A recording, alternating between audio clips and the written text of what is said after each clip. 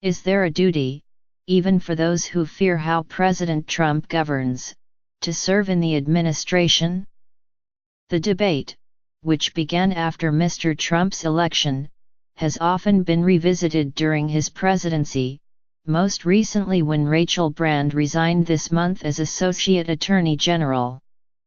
She said that she did it solely to take a dream job as Walmart's top lawyer, but it's easy to imagine that she also left because of the stress of serving in the Trump administration's Justice Department. If so, she is not the only one finding government service difficult at this time.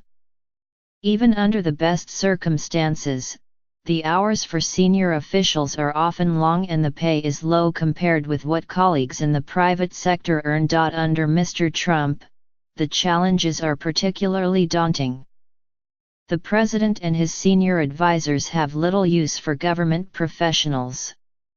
Agencies from the State Department to the Bureau of Prisons are understaffed. The president has crossed once bright ethical lines, refusing to release his tax returns or to completely dissociate himself from his business while hiring family members for critical positions. Most disturbingly, the president and his surrogates often attack government institutions, including many that are among America's most respected. Mr. Trump declared the FBI and the Justice Department disgraceful and even singled out some public servants by name. Most recently, it was his National Security Advisor, Lt. General H.R. McMaster, after he accused Russia of disinformation, subversion, and espionage.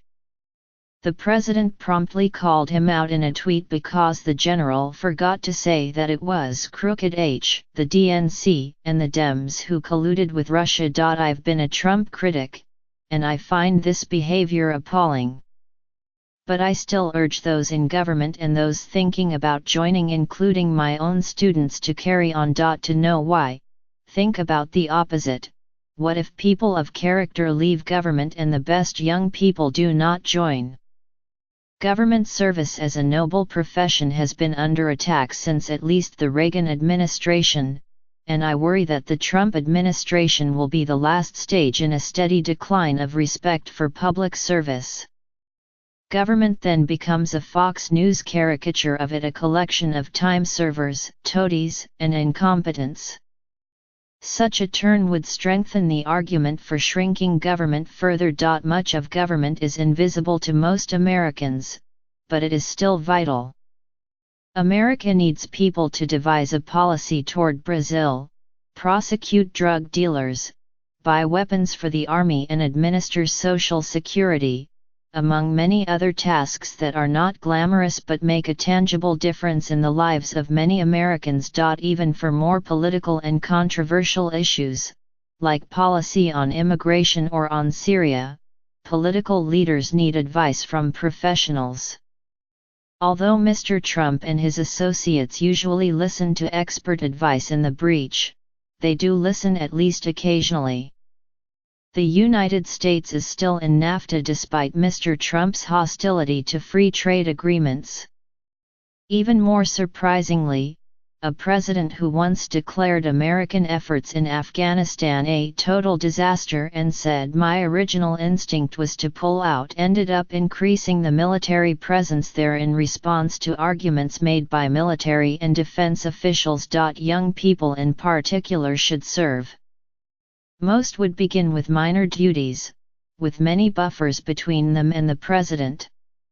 Even if they disagree with Mr. Trump's policies, they need to learn the craft of government and will serve important roles in future administrations.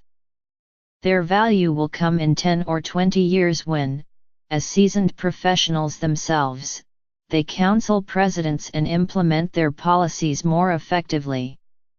If they don't serve, over time our government will become hollow. Serving, however, doesn't mean uncritical loyalty. Defense Secretary Jim Mattis seems to have maintained his integrity while serving the president, pushing back against what he considered a flawed and risky approach to North Korea, slow-rolling policies like Mr. Trump's proposed discharge of transgender troops, and otherwise using his influence and formal position to curb some of Mr. Trump's excesses. The resignation of someone with Mr. Mattis's influence and credibility would be a blow to national security and the nation. However, if the president or a senior advisor has crossed an ethical line in another senior official's bailiwick, it is right for that official to leave, but not to do so silently. Walter Schog Jr.'s criticisms of the president on ethics grounds and resignation as director of the Office of Government Ethics did far more to highlight the administration's ethical issues than if he had quietly taken another job. Chuck Rosenberg, the former acting head of the Drug Enforcement Administration, took umbrage over the president's call to police officers to rough up suspects they were taking into custody. He sent a message to DEA officers reminding them that upholding the rule of law was critical to the agency's success and that we have an obligation to speak out when something is wrong. Shortly after that, he, too, resigned. Highly public resignations can also draw attention to important policy disagreements. Senior Clinton administration officials resigned to express deep concerns over President Bill Clinton's plans for welfare reform. Elizabeth Sutherland, a senior Environmental Protection Agency official, resigned to protest the damage the Trump administration is doing to the environment and public health. If things came to a head over North Korea or in the Mueller investigation, I'd like strong public servants to be there to advise the president against a rash or illegal order or, if that fails, to resign in protest to call greater attention to the problem. The strongest arguments for serving come down to legitimacy. You have personal legitimacy if you do a good job and speak your mind when necessary, giving you the credibility to make an impact. Institutional legitimacy also depends on both competence and integrity. It's hard to maintain both when the president's supporters constantly malign the intentions of public servants and even call for a purge. But if people leave and political hacks or neophytes take those jobs, legitimacy may vanish and government becomes simply a tool for those in power to pursue personal agendas and rule without restraint.